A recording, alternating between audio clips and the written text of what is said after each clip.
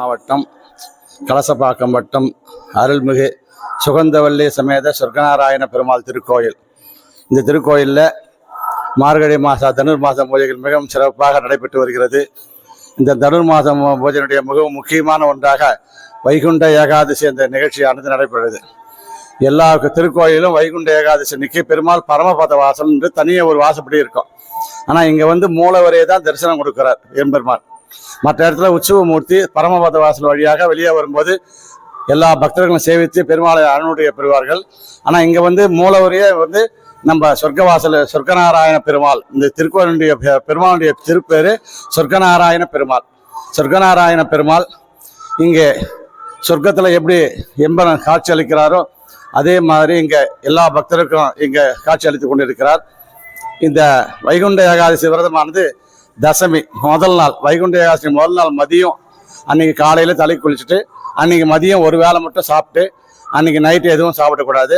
ஏகாதசி ஃபுல்லாக எதுவுமே சாப்பிடக்கூடாது. வயசானவங்க சாப்பிட்றதுனால அரிசி இல்லாத உணவு சாப்பிட்லாம், பால் பழம் மட்டும் சாப்பிட்லாம்.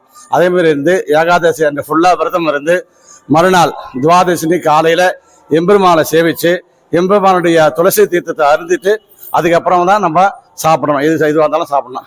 இந்த வைகுண்ட ஏகாதசி விரதமானது அதாவது தேவர்களாக இருந்து மிகப்பெரிய பலன்களை பெற்று இந்திரன் தன்னுடைய இந்திர பதவியே பெற்றதாக வரலாறு உள்ளது.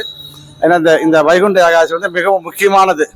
எப்படி சிவன் கோவிலில் சிவராத்திரி நம்ம சொல்கிறாங்களோ அதே மாதிரி இங்கே ஏகாதசியில் வைகுண்ட சர்வ பீஷ்ம வைகுண்ட ஏகாதசின்னு பேர் இதுக்கு.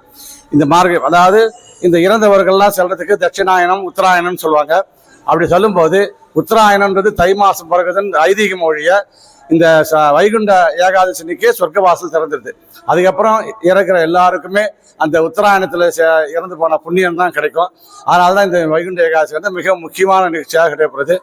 எல்லோரும் அங்கங்கே எங்கே இருக்கிறீங்களோ அங்கே இருக்கிற எம்பெருமானுடைய சேவிச்சித்து இந்த வைகுண்ட ஏகாதசினிக்கு எம்பெருமானுக்கு விரதம் இருந்து எம்பெருமானுடைய அருளால் எல்லா வளமும் சற்று சிறப்பாக வாழ்வதை கேட்டுக்கொள்ளும்.